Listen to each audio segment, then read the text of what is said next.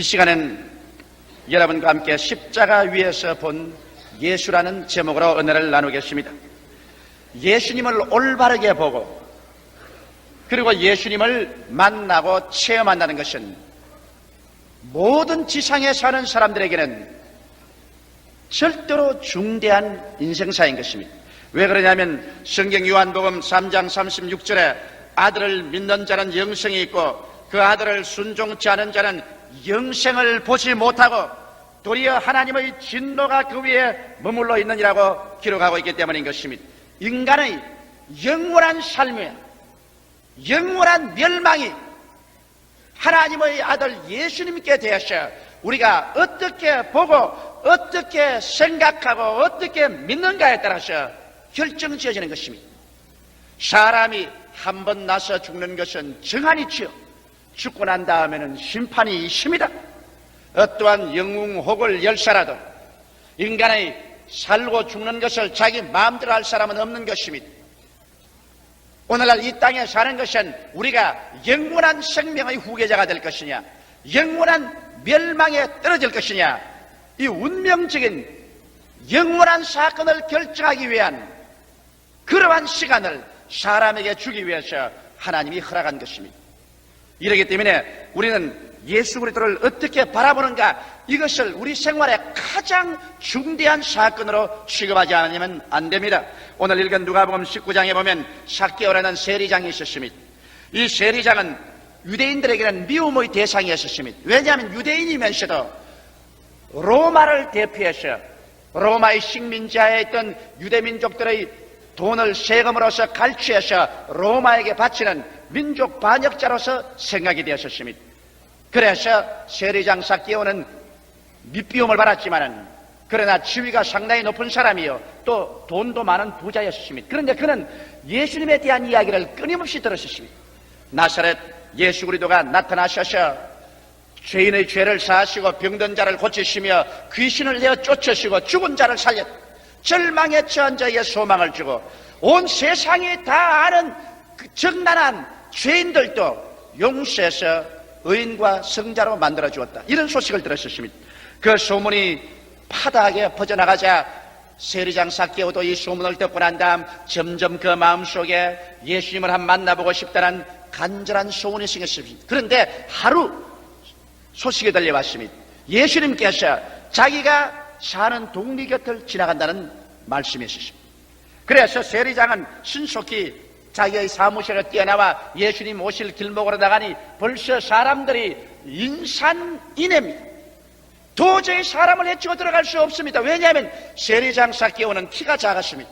이래서 모두 다 자기 앞에 있는 사람들이 머리에 가리워서 예수님이 지나가신 것을 바라볼 수가 없습니다.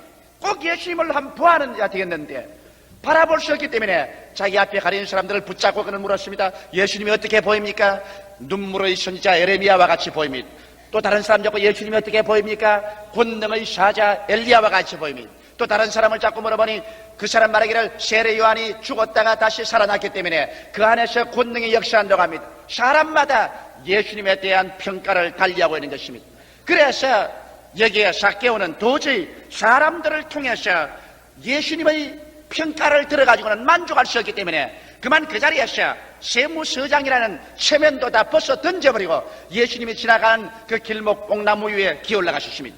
높이 뽕나무 위에 올라가서 잔뜩 나무를 부여 안고서 자기 밑으로 다가오는 예수님을 마음을 다해서 그는 바라보았습니다. 그는 예수님의 그 사랑과 자비에 꽉 들어찬 눈동자를 보았습니다. 말로서 표현할 수 없는 얼굴의 부드러운 곡선과 그 아름다운 모습을 보았습니다. 예수님의 발걸음마다 향기가 살리는 역사가 진동하는 것을 그는 느끼고 바라보았습니다. 그는 심취하여 나무에 올라앉은 자기 스스로를 잊어버리고 있었습니다. 그런데 갑자기 예수님께서 삭개오가 올라앉아 있는 그 뽕나무에 뛰어오시자 발걸음을 멈추시고 삭개오를 쳐다보았습니다.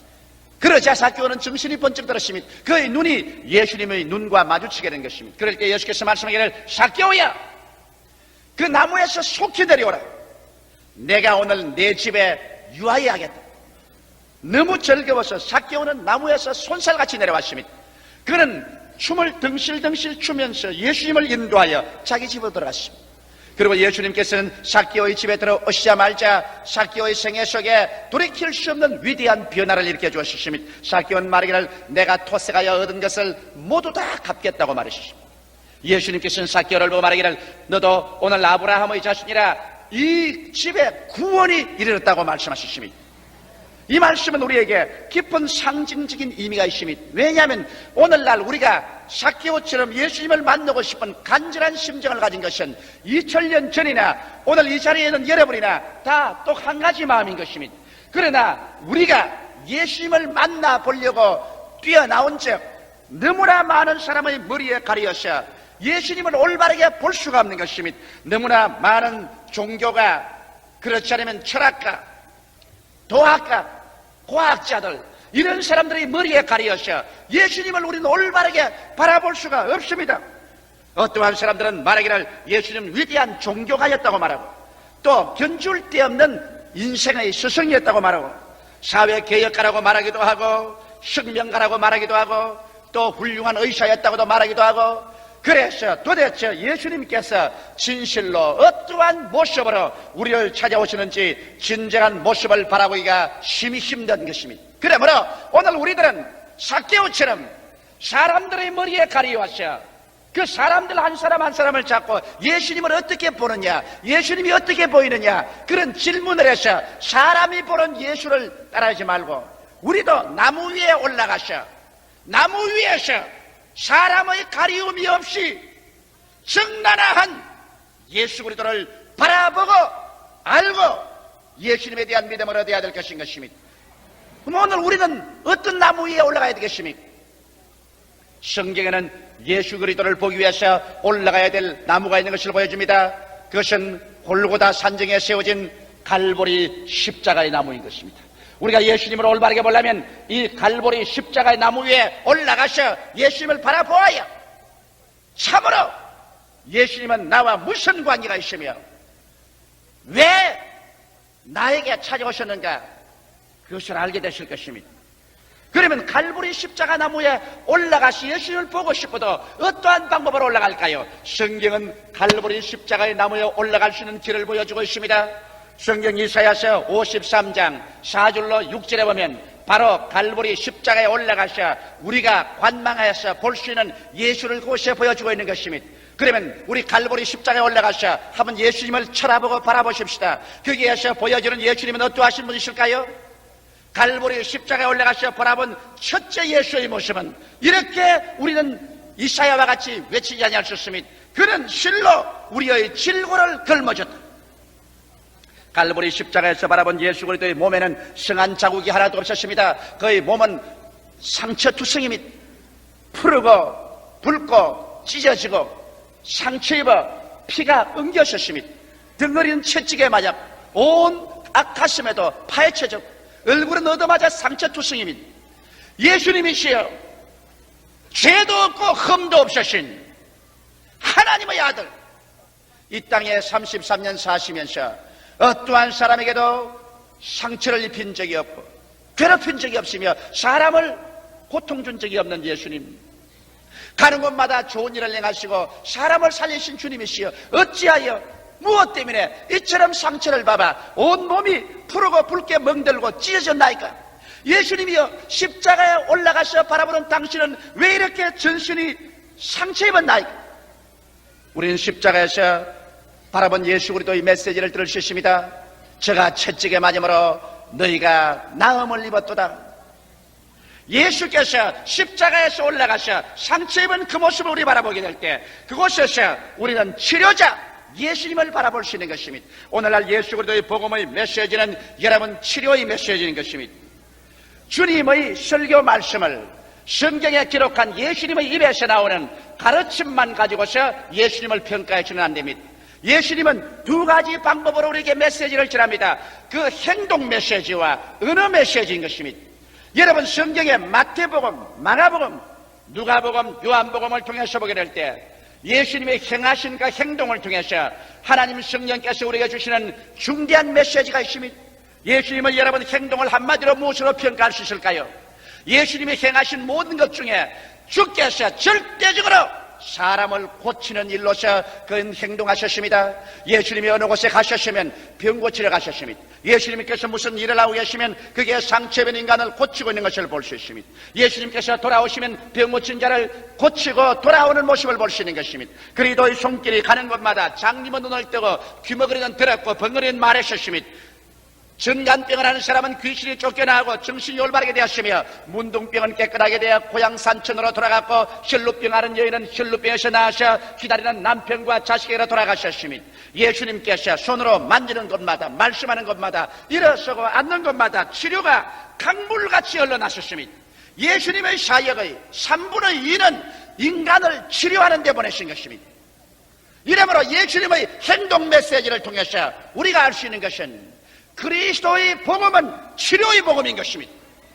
오늘 예수 그리스도께서 진실로 어제나 오늘이나 영원토록 동일하다는 성경 말씀대로 우리가 받아들인다면 오늘 우리 가운데 나타난 예수님은 치료의 예수님인 것입니다. 치료하지 않는 예수님하고는 우리는 생각할 수가 없습니다. 나무에서 바라본 예수님은 치료자 예수님인 것입니다. 오늘 신학자들이 예수님의 치료는 과거에 있었다고 말하든 말든 내버려 두십시오. 기적의 시대는 지나갔다고 하든 말든 내버려 두십시오. 우린 인간의 머리를 통하여서 예수님을 바라보는 것이 아니라 십자가 위에 올라가서 나무 위에서 진실한 예수님의 모습을 바라보고 있는 것입니다. 우리가 바라본 진실한 예수 그리스도는 우리를 치료하는 예수님인 것입니다. 그의 행동 메시지로 그렇게 말씀하실 뿐 아니라 주님은 친히 입을 열어서 그렇게 말씀하셨습니다. 예수님은 12제자를 불러주시도 회개하라 천국이 가까워왔다 하시고 가는 곳마다 귀신을 쫓아내고 문둥병을 깨끗이 하고 병든 자를 고치라고 말하셨습니다. 천국은 치료를 동반하고 다가오는 것을 말씀하셨습니다. 주님께서 70인의 제자를 불러서 말할 때로 가는 곳마다 어느 집에 들어가든지 그곳에 내어주는 음식을 먹고 그곳에 있는 병자를 고치라고 말씀하셨습니다. 예수님께서는 마지막으로 모든 성도들에게 믿는 자들에게는 이런 표징이 따르니 병든 자에게 손을 얹은 나으려고 하셨으며 야고보서에는 전 교회를 향해서 말씀하시기를 너희 중에 병든 자가 있느냐 저는 교회 장로들을 청할 것이요 저들은 주의 이름으로 기름을 바르며 위하여 기도할지니라. 믿음의 기도는 병든 자를 구원하리니 주께서 저를 일으키시라고 말씀하셨습니다. 이러므로 예수께서 오늘날 우리 가운데 오신 것은 전 인류를 치료하기 위해서 오신 것입니다. 나는 얼마 전에 미국에 보내는 텔레비 프로그램에 간증으로 나온 우리 교회 자매님 한 분의 간증을 듣고 깊이 마음에 감격을 느꼈습니다. 이 젊은 자매님은 아들을 얻었는데 이 아들이 고칠 수 없는 불치의 간질병자였습니다.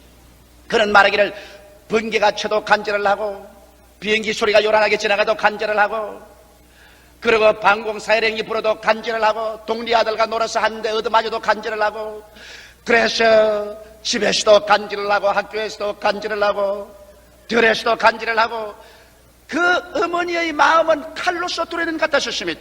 병원이란 병원은 다 데리고 다녀도 병원의 신다는 이 어린아이는 뇌가 잘못되어서 평생토록 간질병 환자로서 일생을 보낼 수밖에 없다고 말했습니다. 절망한 젊은 어머니는 이 어린아이에게 그 불행을 주는 것을 견딜 수 없어서 같이 죽기로 작정했습니다. 그래서 수면제를 같이 사서 아들과 같이 먹었는데 아들은 옆에 사람들이 곧장 돌보아줘서 곧 깨어나고 엄마는 거의 죽었다가 병원에서 깨어나게 된 것입니다. 그래서 너와 나와 죽자 인생을 더 살아봤자 소망이 없다 그런 절망 상태였습니다. 병원에서 그 어머니가 혼수 상태에서 깨어나자마자 그에게 예수님의 환상이 나타났습니다. 흰 옷을 입은 예수께서 나타나셔 내가 내 아들이 살 수 있다면 만일 사람들이 와서 배설물을 몇 말을 먹으면 내 아들이 살 수 있다면 먹겠느냐? 주님이시여 내 아들이 간질병에서 나와서 올바른 사람이 되어 살 수 있다면 내가 배설물을 몇 말을 먹더라도 먹겠습니다. 그런 각오가 있으면 좋다. 그렇다면 너 아들을 살리기 위해서 예수를 믿어라. 배설물을 몇 말이라도 먹을 수 있는 각오라면 예수를 못 믿겠느냐? 그는 예수란 예자도 몰란 여자였습니다. 그 말을 듣고 병원에서 나오자마자 그가 교회를 찾은 것이 우리 순복음 중앙교회를 첫날 찾으셨습니다. 그가 첫날 이처럼 와서 예배를 보고 난 다음에 병자 위한 기도를 하고 제가 첫말에 그렇게 말을 하더랍니다. 오늘 간질한 어린아이를 가진 절망에 찬 어머니가 이 자리에 참석했는데 그 어린아이가 나았다고 말하더랍니다. 첫날에 와서 그 말을 듣고 너무나 감격해서 통곡을 하고 울고, 그러고 난 다음에 집에 돌아가는데 다시 마음속에 의심이 들어왔습니다. 온 병원의 의사가 다 못 고친다고 하는데 목사가 나았다고 한다고 나을 턱이 있겠는가? 그러나 집에 돌아가자마자 그 아이를 데리고서 병원마다 다니면서 조사를 해봤는데 간질은 온데간데 없고 뇌의 상처는 깨끗이 나아버리고 말하셨습니다. 그는 온전히 치료함을 말하셨습니다. 오늘날에 와서는 학교에 잘 다니고 학교에서도 성적도 우수해서 언제나 1등만 한다고 말하셨습니다. 예수님은 어제나 오늘이나 영원토록 동일하신 분인 것입니다. 나무에 달린 예수님은 찢어진 등과 몸을 가진 예수님이요, 그는 여러분을 치료하기 위해서 오늘 이 자리에 와 계신 것입니다. 둘째로 나무에 달린 예수님을 쳐다보십시다. 그게는 우리의 슬픔을 당하였다고 말하고 있는 것입니다. 예수님은 여러분 항상 웃으시는 예수님으로 나타나 있지 않습니다. 성경에 예수께서 웃으셨단 말은 여러분 찾아볼 수 없습니다. 그러나 성경에 예수님께서 우셨다는 말은 여러분 찾아볼 수 있습니다. 나사로의 무덤가에 와서 마리아와 마르다가 통곡하며 우는 것을 보고 예수님도 우셨습니다. 예수님은 예루살렘 성을 바라보시면서 예루살렘아 예루살렘아 암탉이 병아리를 품에 품은 같이 내가 몇 번이나 너를 내 품에 품으려고 하였던고, 그렇게 말씀하시면서 울으셨습니다. 예수님께서는 이 시간에도 여러분과 나를 향하여 두 손을 활짝 내미시고 수고하고 무거운 짐진 자들아 다 내게로 오라, 내가 너희를 편히 쉬게 하겠다, 이 말씀을 한 예수님께서는 우시면서 이 말씀을 하는 것입니다. 예수께서는 여러분 오늘날 수고하고 무거운 짐을 지며 상처 입어서 슬픔에 처한 여러분과 나를 도와주기 위해서 십자가에 올라가셨습니다. 성경은 말하기를 그는 실로 우리의 슬픔을 당하였다고 말했습니다. 예수께서 여러분과 나의 슬픔을 당한 것은 여러분과 내가 슬픈 환경을 지나가면서도 슬픔을 극복하고 일어나 살 수 있게 하기 위한 것입니다.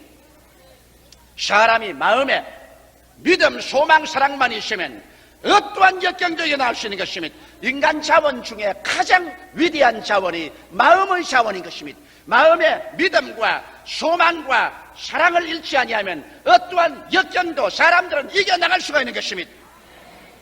나는 깊은 슬픔을 극복한 부형님의 이야기를 들어본 적이 있습니다. 이 부형님 큰 사업을 하다가 그만 사업에 실패를 해서 약 10억 가까운 빚을 짊어지셨습니다. 양사방에서 빚쟁이들이 빚을 내라고 아우성입니다. 그는 친한 친구들도 있습니다. 그의 체면으로 말미암아 죽었으면 죽었지 부도를 낼 수가 없습니다. 그래서 그는 다가오는 정신적인 압력으로 말미암아 깊은 좌절에 빠져서 죽지도 살지도 못하는 처지였습니다. 그는 택시를 타고 지나가면 다리 밑에 지나가면 다리 내위에서 무너지면 좋겠다, 자동차를 타가면 앞차나 뒷차나 와서 받아서, 그래서 죽음으로 말미암아 이유 있는 죽음이 되어서 사업을 망쳐버린 이유를 세웠으면 좋겠다. 그는 어떻게 하면 죽을까? 죽을 방법만 모시겠습니다. 이제는 그에게는 나갈 길은 없고 절망적인 슬픔이 그의 가슴을 짓눌렀습니다. 그러자 그는 우리 순복음 중앙교회 친구의 인도로서 찾아오게 된 것입니다. 그는 설교를 듣고 또 설교를 들으면서도 항상 나는 이 절망적인 상황에서 이 수많은 사람의 상처를 입히고 어떻게 살까 늘 걱정을 하고 있었습니다. 그런데 하나님의 성령이 역사하셨습니다. 슬픔을 당한 예수님이 그 가슴 속에 들어왔습니다. 예수님께서 그 마음속에 이 자리에 앉아서 설교했는데 이렇게 말했습니다. 이 사람아, 너 체면 차릴 게 뭐냐? 너가 무엇이 그렇게 위대하기에 너의 체면을 그렇게 두려워하느냐? 너희 시간에 벗어버리고 어느 곳에 가서 막벌이 노동을 해도 먹고야 살지 않겠는가? 무엇 때문에 너희 체면을 두려워하는가? 오늘 너라는 자아를 벗어 던져버려라. 너가 하나님 앞에서 위대하면 얼마나 위대하며 훌륭하면 얼마나 훌륭한가? 자아를 벗어버려라. 주의 말씀을 듣고 깨어져서 그는 흐느끼 울었습니다.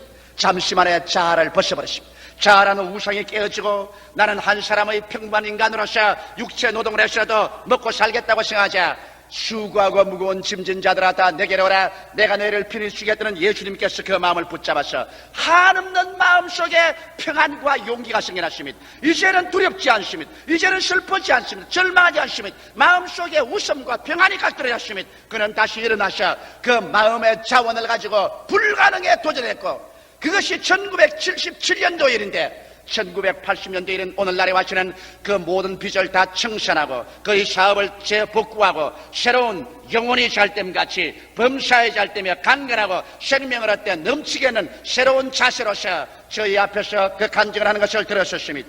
예수님을 통해서 얻은 평안으로 인생을 재출발할 수가 있는 것입니다. 여러분, 예수님을 보십시오. 나무 위에 올라가서 달린 예수님 보십시오. 슬픔으로 말미암아 그의 전 얼굴은 다 이절어져 있습니다. 왜 예수님이 슬픔을 당했나요? 여러분과 나의 슬픔을 짊어져 주기 위해서 그렇으니 오늘 슬픔을 당한 여러분, 예수 앞에 나와서 무릎을 꿇으십시오. 예수 앞에 나와서 슬픈 사연을 예수에게 다 고백하십시오. 예수님은 슬픔 당한 여러분의 마음속에 그 슬픔의 사건을 이기고 나갈 수 있도록 마음속에 용기와 희망과 평안을 허락하여 주시는 것입니다. 이 하늘의 자원을 얻고 나면 어떠한 운명과 역경도 견뎌나갈 수 있는 것입니다. 셋째로, 나무에 달린 예수님 우리 또 한번 쳐다볼까요? 성경은 말하기를 그가 찔리면 우리 허물을 인하며 그가 상하면 우리의 죄악을 인하며라고 말하셨습니다. 나무에 달린 예수님을 바라보게 할 때 그는 우리의 허물과 죄를 짊어지신 예수로 나타나는 것입니다. 허물이란 무엇입니까? 여러분과 내가 인생에 살면서 저지른 죄악입니다. 그러므로 예수님의 손이 찢기고 발이 찢긴 것은 여러분과 내가 인생을 살아가면서 우리의 행위로 허물진 죄악을 하나님은 우리에게 책임지우지 아니하시고 그 아들 예수에게 책임지어서 그 손을 못으로 받고 그 발을 못으로 받고 그 머리를 가시관으로 씌우시고 그리고 우리의 원죄와 우리의 모든 자범죄, 이 죄 때문에 예수님은 처참하게 하나님께 얻어맞아 상처를 입으십니다. 예수님의 상처는 육체의 상처보다 그 영혼의 상처가 더 무서운 상처였습니다. 예수님은 육체만 얻어맞아 못 박힐 뿐 아니라 그 영혼이 처참하게 찢기고 상처 입고 마는 것입니다. 성경 이사야서 52장 14절에 보면 이 왕에는 그 얼굴이 타인보다 상하였고 그 모양이 인생보다 상하였으므로 무리가 그를 보고 놀랐거니와라고 말한 것입니다. 모든 천사들이 예수를 보고 놀라셨습니다. 모든 사람들이 예수를 보고 놀라셨습니다. 그는 그 사람뿐 아니라 속사람이 처참하게 상처를 입은 것입니다. 왜 예수께서 나무에 달라 상처 입었을까요? 여러분과 나의 허물 때문에, 여러분과 나의 죄악 때문에 예수님이 상처를 입은 것입니다. 그는 여러분과 나의 영원한 과거의 죄, 여러분과 나의 현재의 죄, 여러분과 나의 미래의 죄, 우리의 일생의 죄를 하나도 남김없이 그 몸에 다 짊어지시고 그 양손과 양머리 대못에 박히시고 그 몸이 찢어지고 그 영혼이 인생보다 상하여서 그가 하나님 앞에서 그 죄의 대가를 지불하셨습니다. 마지막 6시간 후에 내가 다 이루었다고 말씀하셨을 때 하나님의 책에서는 여러분과 나의 죄악이 청산되었다고 주님께서 빨간 줄을 꺼버리고 말한 것입니다. 이렇기 때문에 오늘 우리는 이렇게 담대하게 말할 수 있습니다. 하나님이 세상을 이처럼 사랑하사 독생자를 주셨으니 누구든지 남녀 노유 빈부 귀춘 학 무학을 불구하고 예수 믿으면 멸망하지 않고 영생을 얻으리라. 이 즐거운 메시지를 전할 수가 있습니다. 이것이 바로 나무 위에 달리신 예수 그리스도를 바라보고 우리가 그 모습 속에서 예수님을 찾아볼 수 있는 모습인 것입니다. 오늘날 여러분, 죄인이 버림받거나 지옥 가지 않습니다. 회개하지 않는 사람이 지옥을 가고 버림을 당합니다. 죄의 값은 주께서 철두철미 지불했기 때문인 것입니다. 그러므로 사랑하는 형제 자매 여러분, 아직 예수를 믿지 않은 여러분, 주 앞에 나오십시오. 바로 이 시간에 이 자리에 마음을 깨뜨리고 여러분의 그 수고하고 무거운 죄짐을 짊어지고 예수 앞에 나와서 주님을 앙망하면 주께서 오늘 이 시간에 여러분의 일생의 죄악을 다 청산한 것을 여러분에게 선언해주고 그 자리에 마음속에 평안과 확신으로 채워주시는 것입니다. 넷째로 나무 위에 달린 예수를 또다시 우리 새롭게 쳐다보십시다. 성경은 말하기를 나무에 달린 그 예수는 하나님께 버림받은 처절한 슬픔을 당하셨습니다. 그가 징계를 받음으로 우리가 평화를 누렸다고 말했습니다. 예수님이 받은 징계란 무엇입니까? 하나님께 쫓겨난 징계였습니다. 아담과 하와가 범죄하고 난 다음 하나님 앞에 받은 징계는 에덴 동산에서 쫓겨난 것이십니다. 여러분, 징계 중에 가장 무서운 징계가 쫓겨나는 징계인 것입니다. 더불어 하나님의 아들 예수 그리스도는 영원에서부터 시작해서 아버지와 한 번도 분리된 적이 없습니다.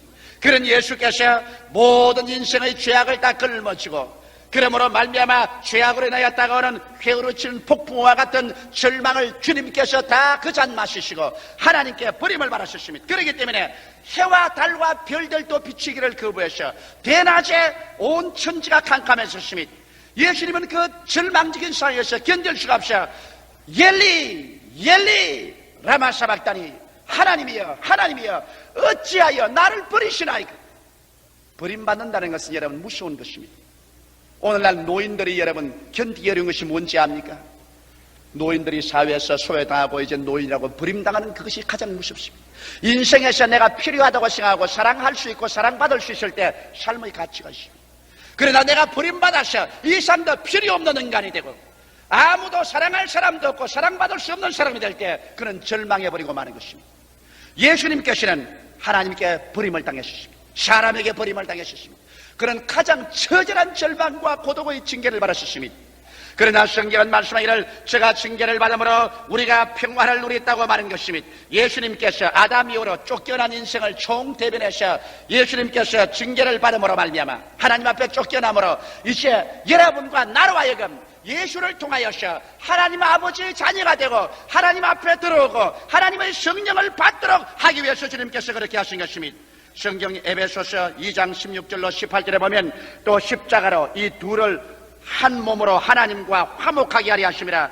원수된 것을 십자가로 소멸하시고 또 오셔서 먼 데 있는 너희에게 평안을 전하고 가까운 데 있는 자들에게 평안을 전하셨으니 이는 저로 말미암아 우리 둘이 한 성령 안에서 아버지께 나아감을 얻게 하려 하심이라. 그러므로 먼 데 있는 이방인이나 가까운 데 있는 유대인이나 모두 다 예수 그리스도의 징계받은 십자가를 통하여 다 용서를 받고 평화를 만들었어. 이제는 하나님께 나올 때 하나님의 진노와 심판의 두려움이 없이 친아버지로 아바지요 우리는 부르고 나올 수가 있는 것입니다. 아버지의 그 사랑이 우리 가운데 성령으로 넘쳐납니다. 예수께서 징계를 받음으로 말미암아 우리가 이제 평화를 누리고 우리는 두려움 없이 하나님 앞에 설 수 있고 하나님 앞에 들어갈 수 있는 이 행복을 얻게 된 것입니다. 사랑하는 성도 여러분, 삭개오는 나무 위에서 예수님을 올바르게 배웠을 때 예수님은 곧장 삭개오의 나무 밑에 와서 삭개오야 내려오라. 오늘날 내가 내 집에 유하여야 되겠다고 말하셨습니다. 지금도 그렇습니다. 형식적인 예수, 의식적인 예수, 철학과 윤리적인 예수, 사회과 도덕주의적인 예수 아닌 나무에 달린 예수 그리스도를 올바르게 바라보고 우리를 대속하신 예수 그리스도를 우리가 바라보고 믿을 때 이 시간에 예수님은 여러분과 내게 와서 말합니다. 나무에서 내려오라. 내가 너희 속에 들어가서 유하여야 되겠다. 할렐루야. 구말리 장천 멀리 있는 예수님이 아니요 2000년 전의 예수님이 아닌 것입니다. 이 시간에 주님께서 내게로 오라. 내가 너희 안에 들어가서 너희 집에 유하겠다. 예수님이 삭개오의 집에 들어오자 삭개오의 일생이 변화되고 마는 것처럼 오늘 예수님이 여러분 속에 들어오는데 여러분이 변화되지 않을 수가 있겠습니까? 이 예수께서 여러분과 나를 붙잡는데 변화되지 않겠습니까? 저가 찔리면 우리 허물을 인하며 저가 상하면 우리 죄악을 인하미라. 저가 징계를 받음으로 우리가 평화를 누리고 저가 채찍에 맞음으로 우리가 나음을 얻었도다. 이 예수께서 오늘 이 시간에 여러분 마음속에 들어오시기를 원하시고 있는 것입니다. 여러분 십자가의 예수님을 바라보십시오. 그리고 그 음성에 귀를 기울이십시오. 예수님은 한 사람도 소외시키지 않습니다. 예수님은 한 사람도 사람을 외모로 취급하지 않습니다. 주님은 오늘 이 시간에 십자가에서 예수님을 바라보고 있는 여러분을 보고 말합니다. 마음이 병든 자, 육체가 병든 자, 생활이 병든 자, 절망에 취한 자, 슬픔에 취한 자, 여러분 모든 사람 보고 말합니다. 너희 질고는 내가 담당하마. 너희 슬픔은 내가 짊어지마. 너희 허물과 죄는 내가 다 책임지마. 너희 징계는 내가 걸머지고 너에게 평화를 주마.